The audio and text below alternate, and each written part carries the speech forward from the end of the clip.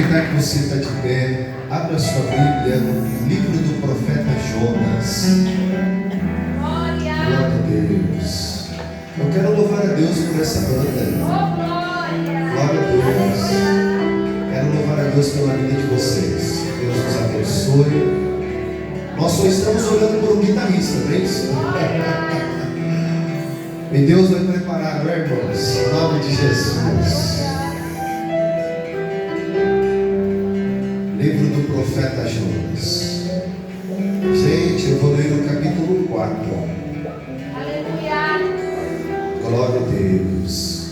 Capítulo 4, que na verdade é uma explicação do que Jonas inicia no capítulo 1. Esse, salvo engano, é o único livro que termina com uma pergunta, né?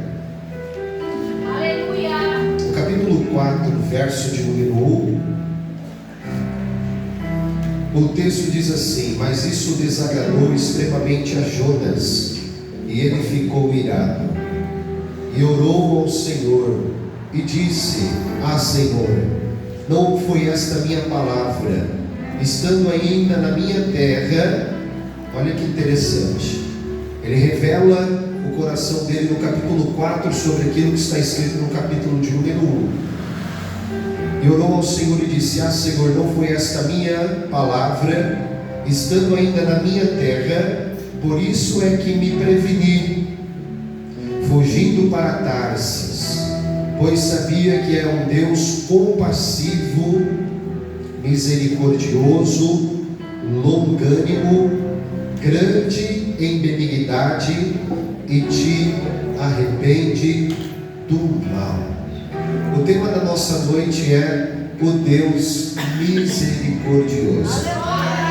Deixa eu perguntar, vamos ser sinceros, quantos conhecem esse Deus aí que é o Deus misericordioso? Que bom que você o conhece. Se assente glorificando a Deus. Que maravilha, gente. Eu quero dar glória a Deus por você, tá?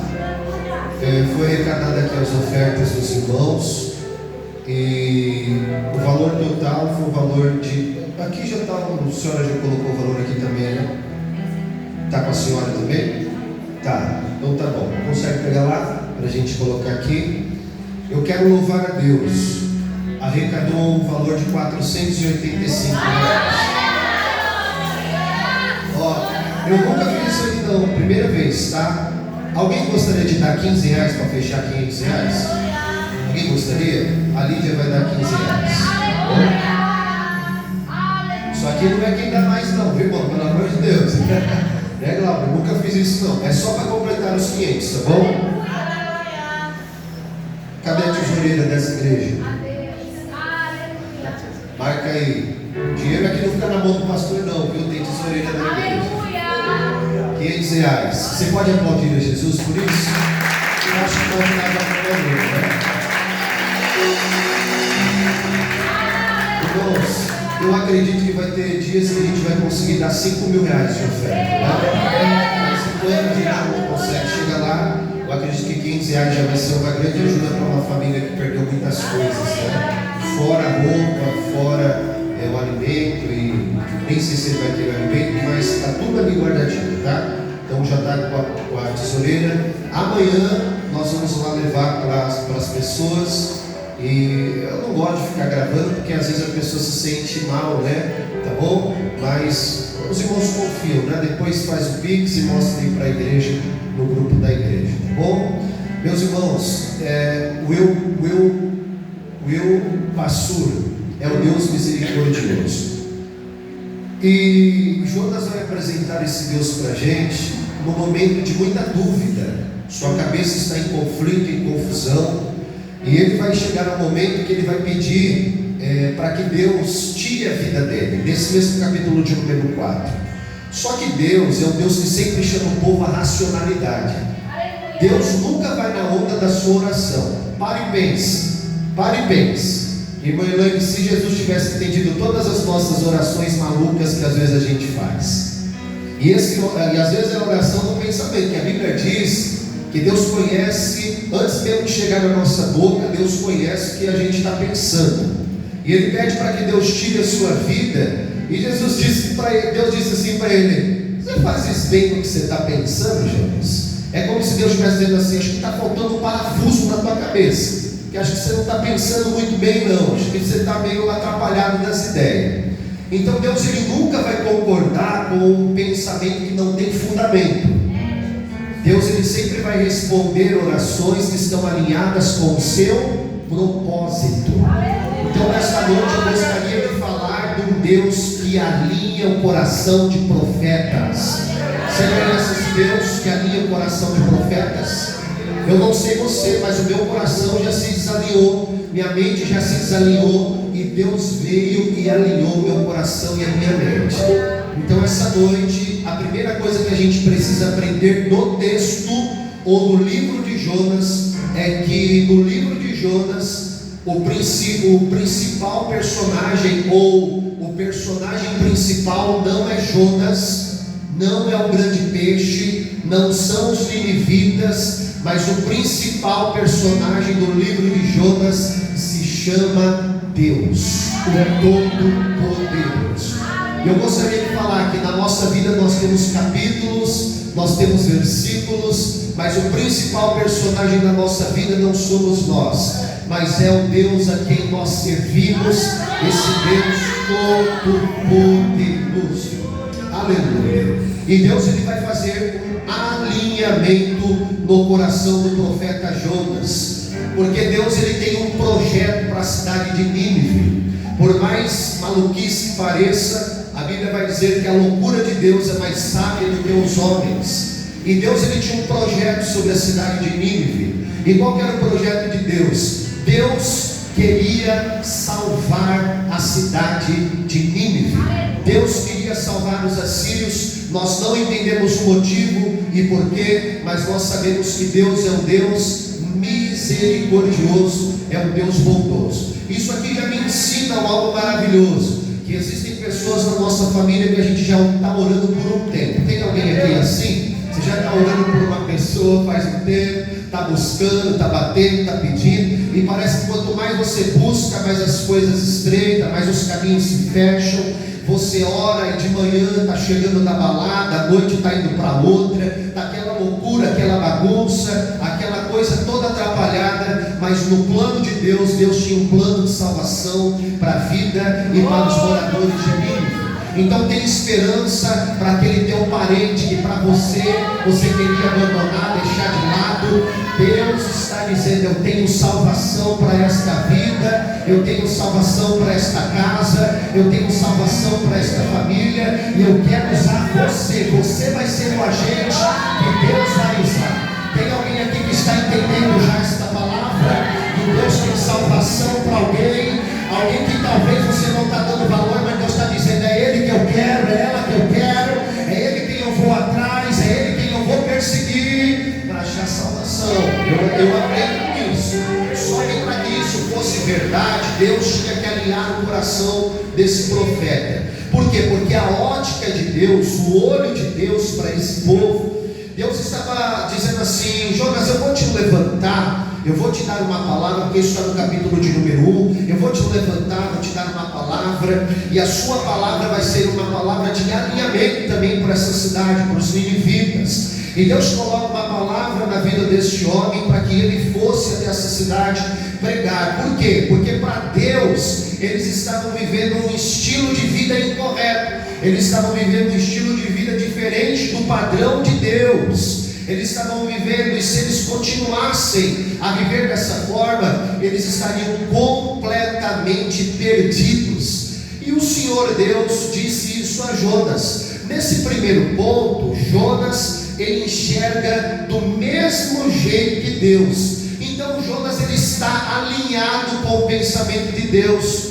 Jonas também entende que esse povo precisava receber uma palavra de exortação, precisava receber uma palavra de repreensão. Só que a mente de Deus era diferente. A mente de Deus estava querendo salvar o pecador que estava perdido. Esse era o propósito de Deus, esse era aquilo que impulsava dentro coração de Deus. E nessa parte começa a haver um desalinhamento, porque o profeta começa a pensar diferente daquilo que Deus pensava.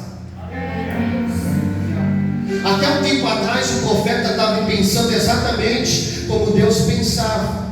Agora, aquele homem, Vitória, que tinha intimidade com Deus, aquele homem que orava no seu quarto secreto, aquele homem que ouvia a voz do Senhor, aquele homem que recebia as orientações diretas da parte de Deus, aquele homem que tinha um vínculo de amizade com o Senhor, aquele homem de uma envergadura que recebia a palavra direta do trono de Deus. Agora esse homem, ele começa a pensar de uma maneira diferente de Deus. Ele começa a discordar daquilo que Deus achava que era bom. Ele começa a entrar por um caminho diferente. E na cabeça dele, aquilo que Deus estava fazendo não estava certo. Na cabeça de Jonas, aquilo que Deus estava fazendo não estava certo. Mas eu preciso te dizer algo: nem sempre nós vamos concordar com aquilo que Deus está fazendo.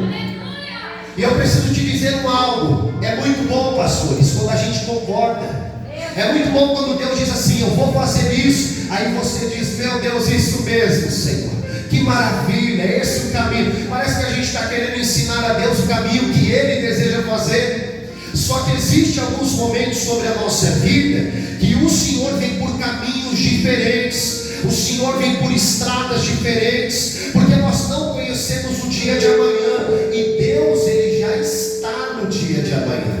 O Senhor, Ele já conhece o dia de amanhã, só que nós não conhecemos o dia de amanhã. O Senhor sabe qual que é o caminho que Ele deve seguir, o caminho que Ele deve percorrer. E nesse sentido, o coração de Jonas começa a se desalinhar com o coração de Deus. O coração de Jonas já não é mais o mesmo. O coração de Jonas já começa a se desviar do propósito a qual o Senhor tem preparado para a sua vida. É quando ele recebe a informação que ele precisava ir nessa cidade apregoar que haveria salvação. Então o que Jonas ele faz? Ele decide fugir. Quando o propósito de Deus é lhe apresentado e já não está mais dentro daquele parâmetro que ele havia preparado, de vez ele se submeter, de vez ele obedecer, qual que foi a sua decisão? Eu vou fugir da vontade de Deus. Porque até onde Deus queria que ele fizesse, ele estava fazendo. Só que quando Deus vem na contramão de uma verdade, sabe a gente quando a gente já tomou uma decisão? Sabe quando a gente já disse assim: eu não vou mais manter esse vínculo de amizade? Aí o Senhor vem na contramão e diz assim: não, você vai precisar manter esse vínculo de amizade, porque tem vidas nesse ambiente que eu desejo tocar, eu desejo salvar, eu desejo me revelar e eu desejo fazer. Sabe quando a gente já planeja e já diz assim: não, eu não vou mais fazer isso, eu não vou mais por esse caminho. E aí Deus vem pela contramão e diz assim: nada disso, você vai ter que refazer esse caminho, você vai ter que voltar por ali. Sabe quando uma mulher já decidida está e diz assim: eu não quero mais o meu casamento, e Deus diz assim: nada disso, vai ter que continuar com o casamento. Sabe quando Deus faz esses tipos de coisa? É isso que Deus está fazendo com a vida de Jonas. E quando chega essa realidade na vida de Jonas, Jonas diz assim: eu não quero mais, eu não quero mais brincar nesse negócio aí não, Deus. Esse negócio agora começou a ficar muito sério para mim. Sabe o que eu vou fazer? Eu vou fugir para não cumprir com a sua vontade. E Jonas era ir para Nínive. Jonas vai para Jope. Nínive é desse lado e Jope é desse lado. É como Jonas estivesse dizendo: eu não vou me submeter à sua vontade, eu vou fazer aquilo que eu acho que eu preciso fazer. Deixa eu perguntar aqui com muita delicadeza: você já esteve no lugar de Jonas? Você já se comportou assim? Eu já também. Deus disse: vai por aqui. Eu disse: vou por ali. E Deus veio na contramão e disse assim: profeta, eu vou alinhar o teu coração, porque Jonas começou a sair fora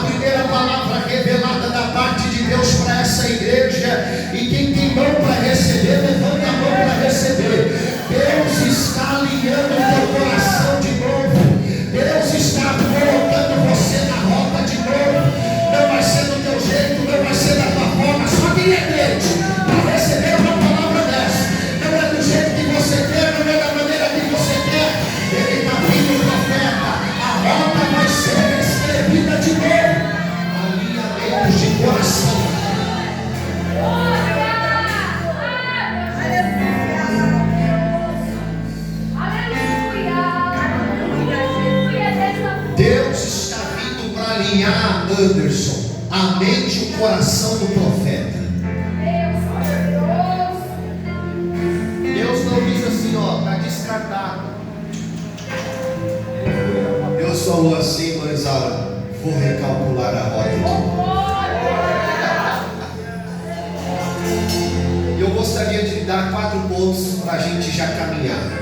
4 pontinhos, são 4 capítulos, um livro pequeno, 20 minutinhos sobre esse livro. Você, quando chegar em casa, leia ele, que você vai entender melhor. Tá bom? Deus está vindo para alinhar o coração do profeta. Te dei a introdução. Até aqui ficou claro? A introdução está posta. São 4 verdades que exigem, porque são 4 capítulos. No primeiro capítulo, no versículo de número 1, Deus chama. Por favor, se isso não te incomodar, diga assim: Deus chama.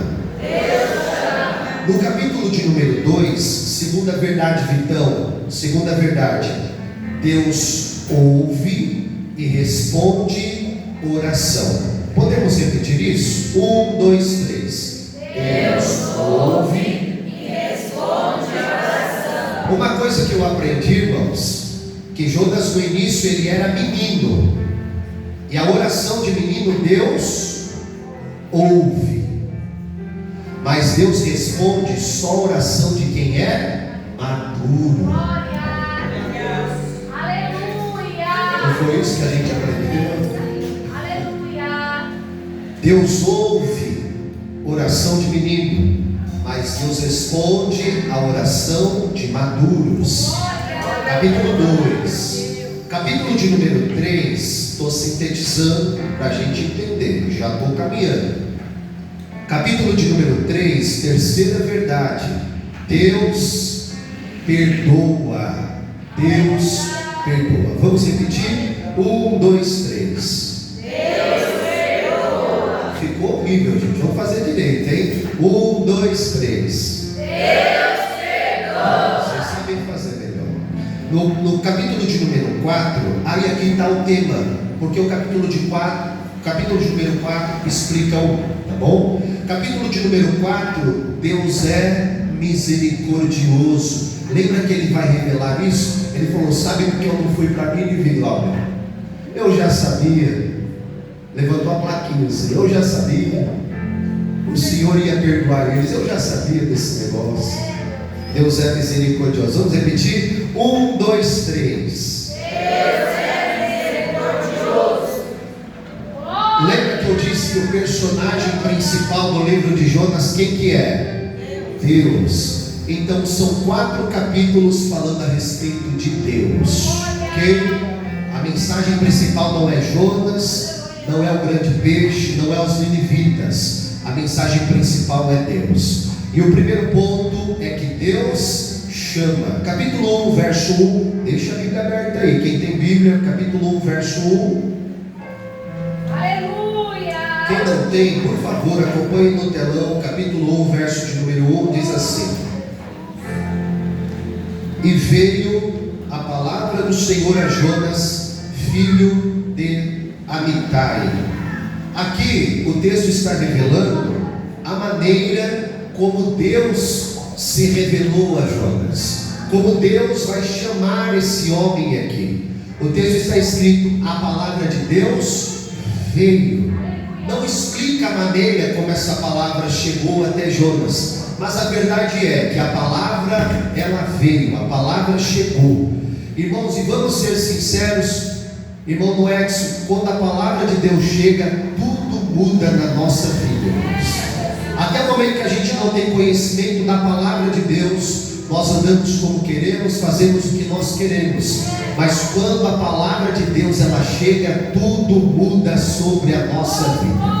Ontem nós demos um ensinamento falando sobre isso. A pastora leu aqui que Pedro ele vai andar sobre as águas, porque ele pede para que Jesus libere uma palavra sobre a vida dele. Pedro ele vai dizer assim, manda para que eu vou até ti. Ele fala assim, libera uma palavra, Jesus. E sabe o que Jesus diz? Jesus assim, diz, vem. Jesus diz para Pedro, vem. E você sabe que Pedro, irmão, não esperou 2 vezes não. Pedro já meteu aqui a perna para fora do barco, já colocou, viu que o chão estava firme, falou, quer saber de uma coisa? Vou andar. e ele começou a andar sobre as águas. Só que Pedro era aquele que tinha pescado de madrugada e não tinha conseguido pescar nada. Jesus veio ao encontro dele e disse assim: pescou nada, pesquei nada. Aí Jesus disse assim: vai ao mar alto e lança a rede de novo. Aí ele fala assim: mas como, Senhor? Eu pesquei a noite inteira e não consegui pegar peixe nenhum, mas segundo a tua palavra eu vou lançar a rede de novo. Então Pedro é alguém que conhece a liberação da palavra, e Pedro está pedindo para Jesus: libera a palavra de novo, Jesus. E Jesus liberou a palavra e disse: vem Pedro, vem andar sobre as águas. E o que eu pude entender? Que Pedro não está só andando sobre as águas, mas Pedro está andando sobre a liberação da palavra do Senhor Jesus Cristo. Quando o texto diz: veio a palavra de Deus a Jonas, Deus está revelando que o seu chamado é por intermédio da palavra. É possível que você toque, é possível que você pregue, é possível que você dirija culto, é possível que você tenha um chamado pastoral, é possível que você tenha um chamado apostólico, é possível que você tenha um chamado evangelístico, é possível que você tenha um chamado de mestre, de doutor, mas o verdadeiro chamado, ele começa pela palavra. É a palavra quem vai dar solitude, firmeza ao teu ministério. É Deus falando com Pedro e com Jonas aqui. A palavra chegou, então tudo mudou. Não é só sobre andar sobre as águas. Pedro, eu quero ver você andar sobre a minha palavra. Deixa eu saber se tem alguém que está disposto a andar sobre a revelação da palavra.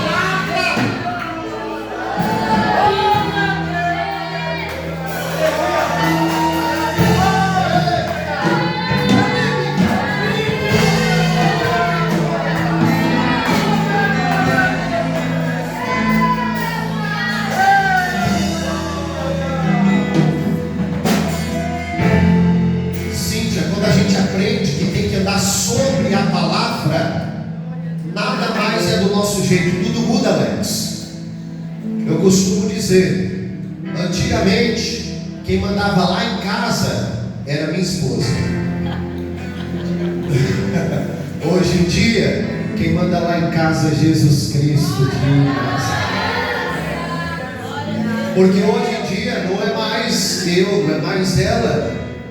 Essa que veio, né? Já deve ser, né, filho? Hoje em dia não sou mais eu, não é mais a pastora. Mas não, é assim. Hoje em dia, nós procuramos a entender o que a palavra diz.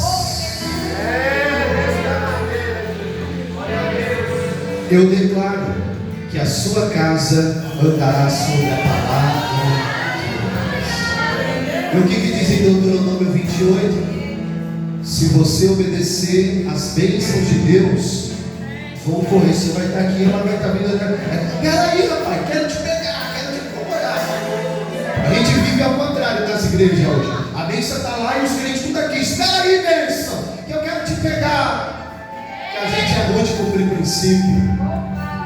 Só que aqueles que cumprem princípio e obedecem a palavra, a bênção de Deus vai vir atrás de você em nome do Senhor Jesus. Aleluia. Primeira verdade, que Deus chama por intermédio da palavra. Deixa eu dar uma segunda verdade, que eu preciso apertar um pouquinho, né? Não é só de quinta-feira não, preciso apertar um pouco hoje também. Eu gostaria de ler o verso 3, Mário, por favor, de Jonas 1. Meu Deus, a hora não me espera, eu já vou seguir. Porém, Jonas se levantou para fugir. Olha aí, se levantou para fugir da presença do Senhor. Imagine se Jonas tivesse lido o Salmo 139. Será que daria certo? Para Tarsis e descendo a Jope. Por favor, irmão, se não te incomodar, diga assim: descendo a Jope.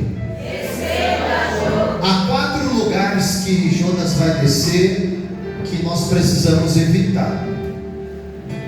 Há um jargão na igreja que quando a gente quer orar, a gente diz assim: vai descer, irmão.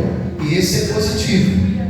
Só que existem descidas que a gente não pode descer. Abraão desceu para o Egito e trouxe na bagagem Agar. Deu uma confusão e está lá até hoje. ismaelitas estão aí de fronte aí com Israel até hoje, por causa de uma descida equivocada. No caso de Isaac, Isaac não desceu. Então nós precisamos ter em mente que existem lugares que nós não podemos descer. Sansão desceu em local que ele não poderia descer, e do mesmo modo Jonas ele vai descer em local que ele não poderia descer. A primeira descida de Jonas foi para Jope. Ele desce para Jope, e veja que depois da primeira descida, a vida dele é só descida, irmão. Primeira descida, Jope. Aí vamos continuar a ler. Achou um navio que ia para Tarsis, pagou. Isso aqui também é sério, viu, irmão? Porque ele está pagando a passagem sem noção do preço que ele pagaria lá na frente por causa da desobediência. Pagou, pois, a sua passagem. A segunda descida, e desceu para dentro dele. Então ele desce para Jope e desce para dentro do barco. A terceira descida dele no verso de número 5. Terceira descida de Jonas, verso de número 5. Então temeram aos marinheiros e clamaram cada um ao seu Deus, e lançaram ao mar as cargas que estavam no navio para aliviarem o seu peso. Jonas, porém, fez o que, irmãos? Desceu de novo. Jonas vai descer para o porão do navio, e tendo-se deitado, dormia um profundo sono. Sabe qual que é o problema, irmãos? O problema é que o barco está em movimento e Jonas está parado. O barco movimentando e Jonas parado. O barco movimentando e Jonas parado. E o dono do barco dizendo assim: a gente tem que mandar as cargas embora. A gente tem que mandar as cargas embora. Porque o dono do barco sempre vai estar preocupando com carne, nunca vai estar se preocupando com pessoa, né? Mas dentro da igreja é o contrário, né? Não teve um glória a Deus. Deveria ser pelo menos, né? Dentro da igreja deveria ser ao contrário, não é isso? A gente não se preocupa tanto com carne, mas deve se preocupar com as pessoas. O apóstolo Paulo vai dizer: carrega a carga uns dos outros aí. Deveria ser assim, né? Nem sempre é, mas vamos seguir. Verso de número 17, a quarta descida, e para mim a mais perigosa. O texto diz assim: preparou, pois, o Senhor, não foi o diabo não, preparou, pois, o Senhor um grande peixe, para que tragasse a Jonas. E esteve Jonas 3 dias e 3 noites nas entranhas do grande peixe. Quarta descida de Jonas é para dentro do ventre do grande peixe. Percebe que Jonas só está descendo? Quem é que acompanhou isso? Irmão, e às vezes quando a gente está em descida, sem discernir que Deus está vindo para alinhar o nosso coração, porque tem um propósito, todos aqueles que estão à nossa volta começam a pagar o preço junto com a gente. O pessoal lá do barco não tinha nada a ver com a história e com a situação. O dono do barco entrou numa furada. O pessoal começou a procurar quem é o culpado da história. E Jonas lá paradinho, quietinho. O problema é esse: quando a gente está em descida, sem procurar a direção de Deus, pessoas à nossa volta começam a pagar o preço junto com a gente. Então nós precisamos corrigir algumas coisas, porque existem lugares que nós não podemos descer. Neemias foi afrontado por Sanbalate, Tobias e Gesem, e ele vai dizer isso com a sua boca, e ele dizendo assim: vem aqui, desce que a gente quer conversar com você lá no vale. E o texto diz que o Senhor revelou ao coração de Neemias que aquilo era uma emboscada. Sabe o que Neemias vai dizer? Eu não posso descer, porque eu estou envolvido em uma grande obra. Eu estou declarando que o Senhor vai trazer revelações ao teu coração, e o Senhor vai estar te livrando de emboscadas. E se você ficar firme e não descer, vai ter livramento da parte de Deus para a tua vida. Quer ver o segundo lugar que não desceu? A ceia do Senhor maravilhosa. O nosso Senhor Jesus na cruz do Calvário, com os braços estendidos. O pessoal passou e disse: se tu é filho de Deus, desce daí dessa cruz. Jesus olhou para ele e disse: Pai, perdoa, porque eles não sabem o que eles estão fazendo. Se Jesus descesse da cruz, nós nem estaríamos aqui. Mas Jesus segurou firme, segurou firme, segurou firme. Jesus não desceu. E a palavra tua vida é: existem lugares que você não pode descer. Fique firme, fique firme, fique firme. Libere uma palavra profética sobre o seu irmão. Diga para ele assim: irmão, não desce não, hein? Fica firme aí, hein? Em nome de Jesus. Vamos caminhar, gente. Capítulo de número 2, segundo ponto: Deus responde e ouve oração. Isso aqui é sério, hein? Aleluia. Aleluia. Até fechar aqui que o assunto ficou sério. Capítulo de número 2. Quem tem Bíblia, vamos lá. Se não acompanha aqui. E orou Jonas ao Senhor seu Deus das entranhas do peixe. Parece piedoso, não parece? Jonas está orando. Só que eu posso te dar uma informação. Em Lucas capítulo 16, versículo 24, tem a história de rico e Lázaro. E o texto vai dizer que o rico está orando também. Só que ele está orando num lugar chamado lugar de tormento. Ele está orando ao pai Abraão e pedindo para que tocasse de alguma forma para que ele fosse saciado do seu tormento, nem que se fosse com a ponta de um dedo, tocasse na sua língua. E ele está orando. Parece piedoso. Jonas está orando, assim como o homem rico também está orando. Só que eu preciso te liberar uma palavra, porque é isso que o texto quer dizer. Existem lugares que a gente não precisava passar para poder orar depois. Jonas não precisava orar dentro do ventre do grande peixe.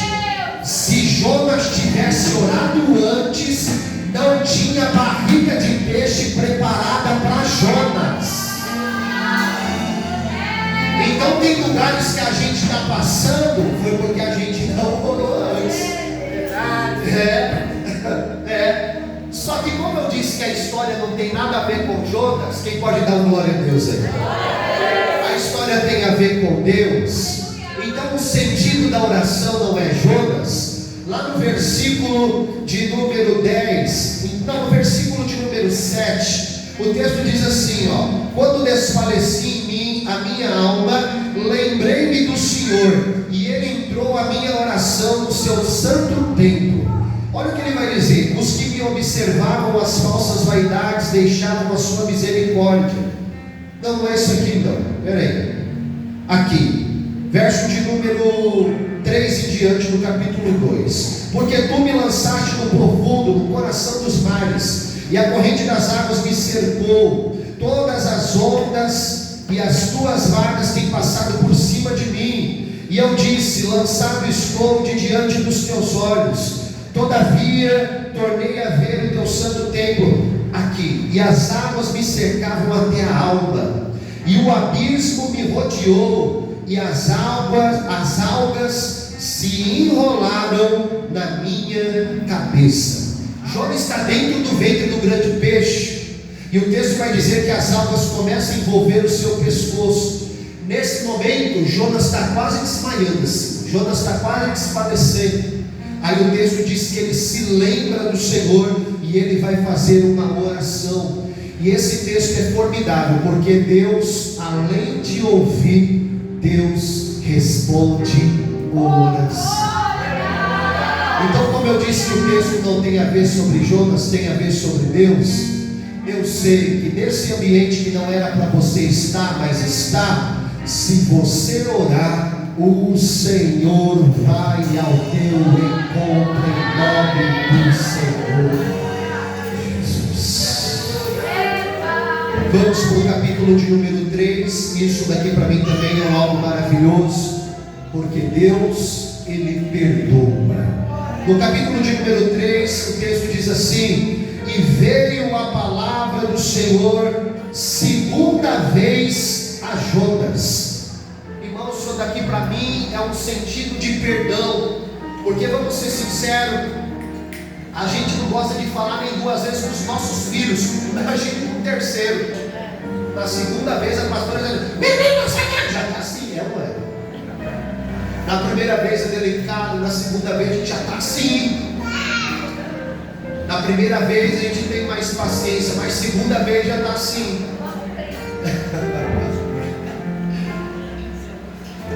Só que o texto está dizendo assim: o Senhor falou a segunda vez com firmeza. A gente poderia até dizer assim: deixa de lado, vai, deixa de lado, porque já não serve mais. Mas o Deus que perdoa foi atrás de Jonas novamente.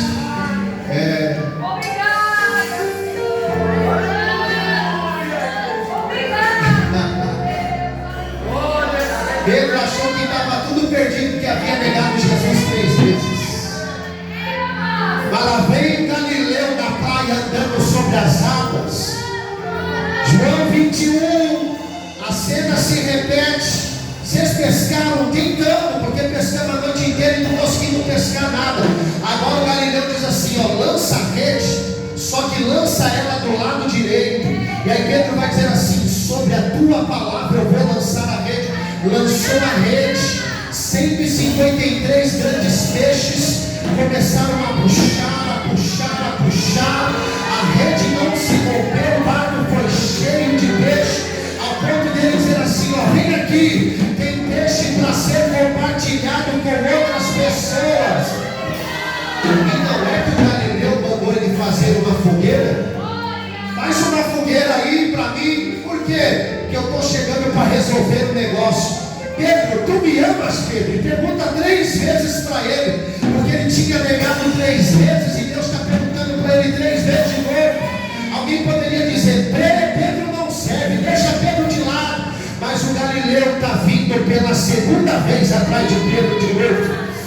E eu e você não somos diferentes, não. Ele já veio uma, ele já veio 2, ele já veio 3. Eu não vou parar, viu? Ele já veio 4, ele já veio 5. Hoje ele está vindo de novo até o encontro, Pedro. Hoje tem encontro com você nessa fogueira de novo.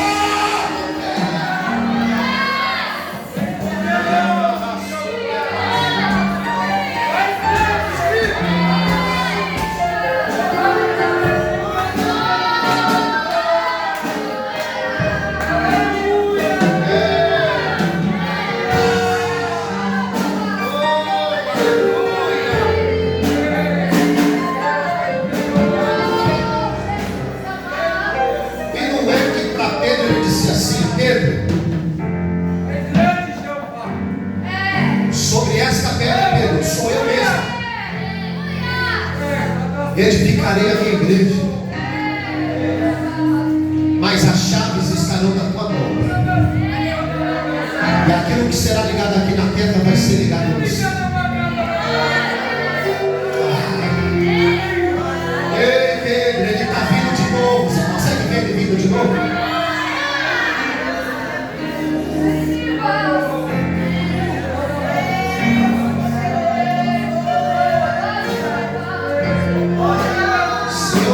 Cantar, eu cantaria, né? Uma vez,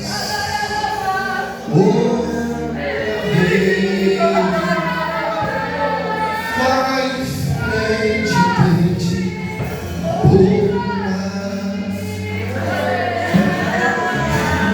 quem sabe hoje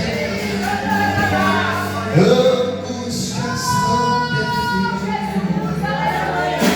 e pousarás perfeita paz. Uma vez